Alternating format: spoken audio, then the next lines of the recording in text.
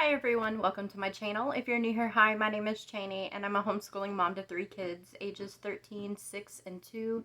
And today I'm going to be participating in another collab hosted by Abby from Rooted in Rest and Jessica from the Waldock Way in the Homeschool Show and Tell series. And today the topic is technology, or how you use technology in your homeschool.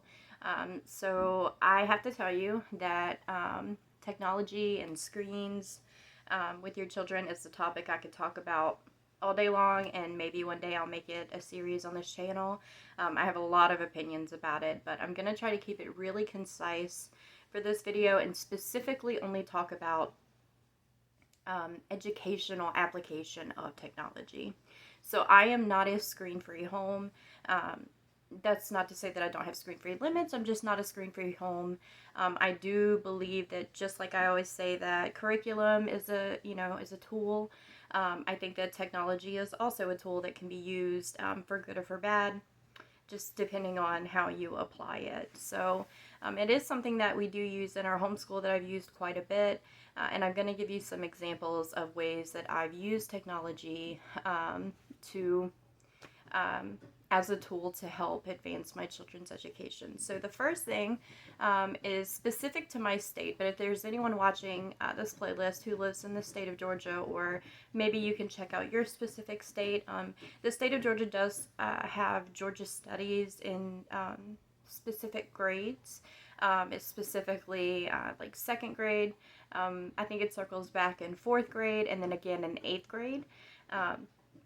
And eighth grade Georgia Studies, I discovered, has the entire e-textbook along with virtual field trips and all kinds of things like that. All the tests and the document-based questions, everything is printable, and it's all available for free from Georgia Public Broadcasting. So you can just Google, Georgia 8th grade or 8th grade Georgia Studies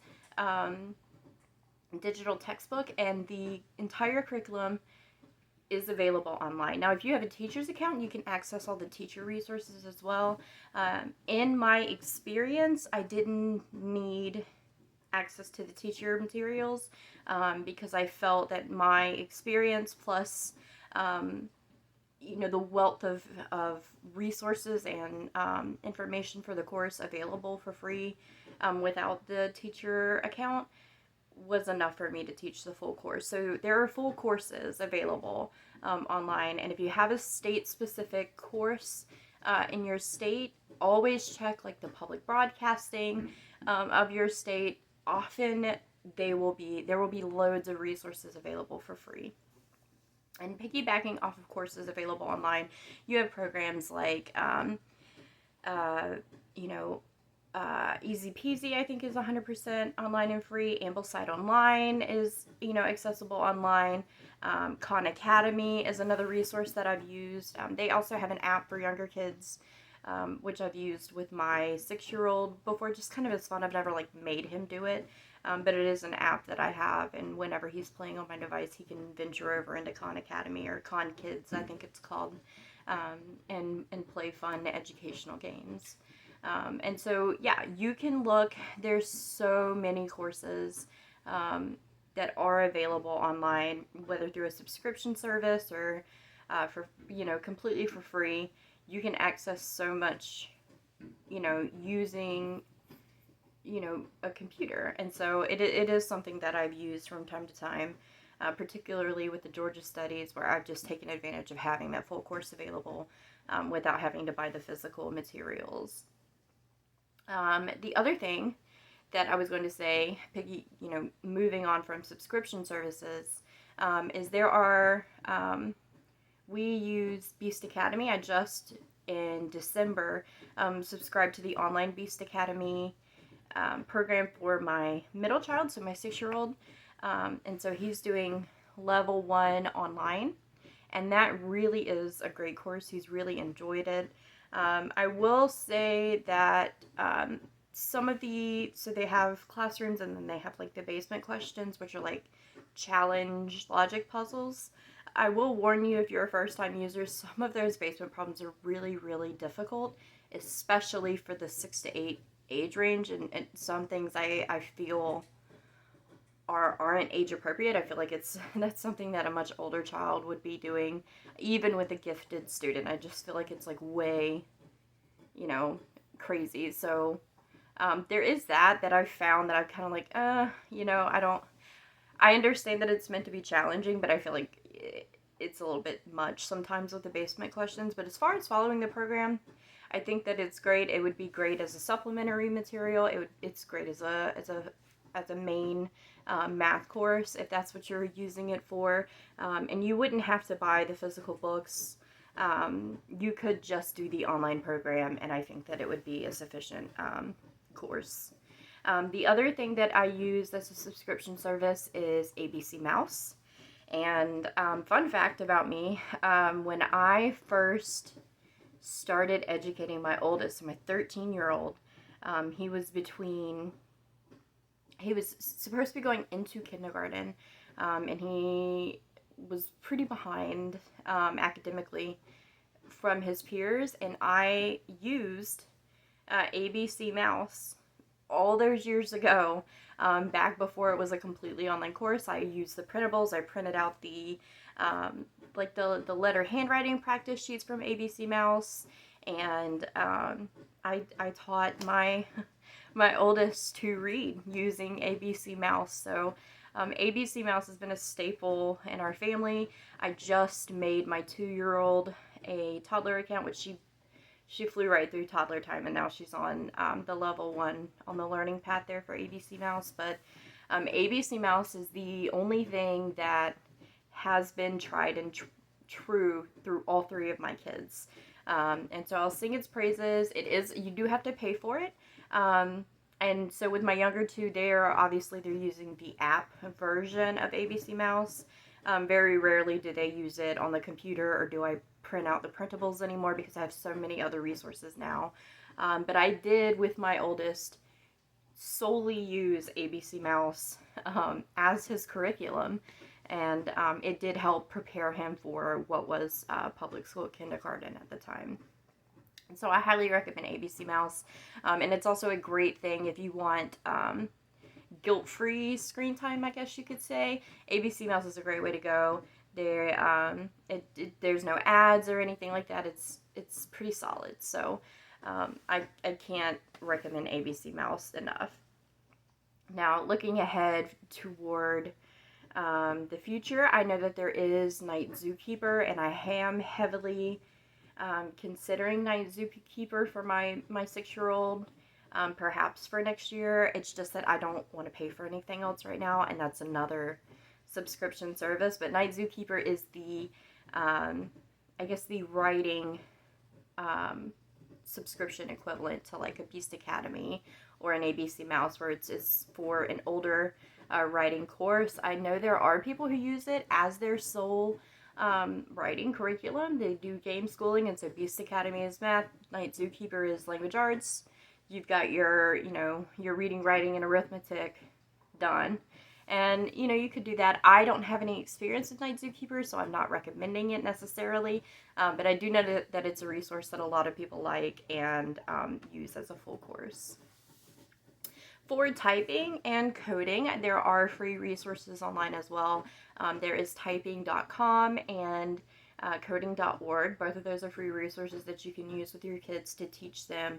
It's a full course in typing and a full course in how to code, which is a language I think that kids will need to know. I think it'll be kind of similar to typing as like a baseline skill that kids will need to have entering the world in the future. I think that people who aren't teaching their kids anything about computers are really doing their kids a disservice, because it is a language that they will need to understand in tomorrow's world. And where we can't 100% predict what the world is going to be like in the future, we can with pretty good confidence say that it will be integrated with technology. And so if they're not able to speak the language that technology speaks, it's going to be difficult for them. And as someone who works from home and works, I'm going to say, in a corporate field, it is so important for kids to be learning coding, IT type of language, and to be able to navigate a device in general, how to troubleshoot things like that, how to build a program, dealing with kind of macro data. It is an important skill that I think kids need to learn. So coding.org is a good resource for that, and it is, something that they could do a couple of times a week and gain a solid foundation in general computer knowledge, or computer science knowledge, I guess I should say. And the last thing that I wanted to touch on is video games. Now, I know that in the world of moms, especially homeschooling moms, video games is like a dirty word that you don't touch, or you're super unschooling. You're like, well, my kid learned how to read playing video games, so blah. I'm neither one of those either. I don't think that games are a dirty thing that we shouldn't talk about or use or whatever. But I also believe in limits.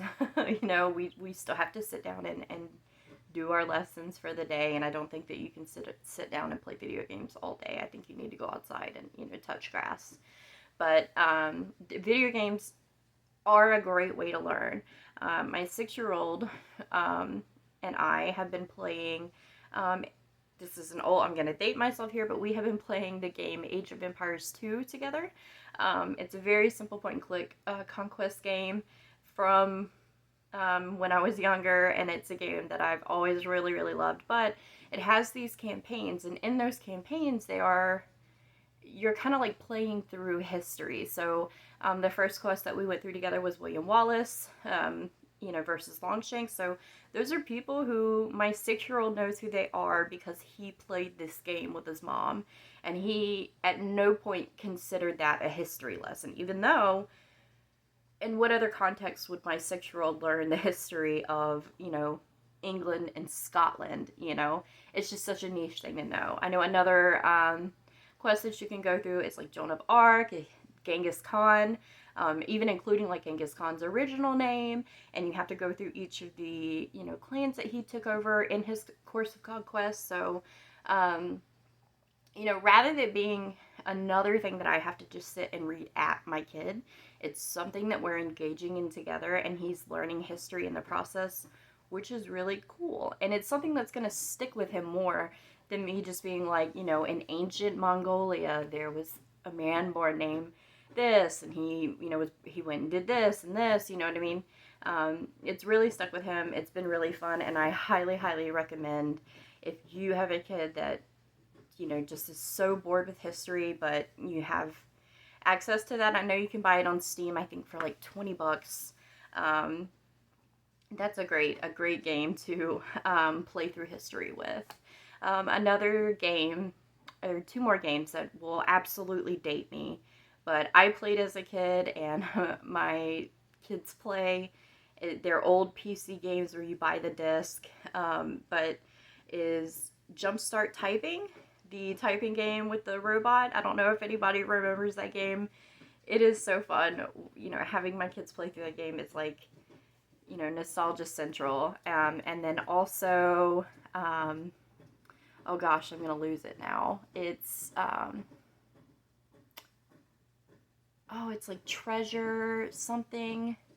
It's a math game. I'm gonna have to link it below because I'm completely spacing, but it's like Treasure Quest or something like that. I'll have to link it below. I'm completely spacing, but that's another old one.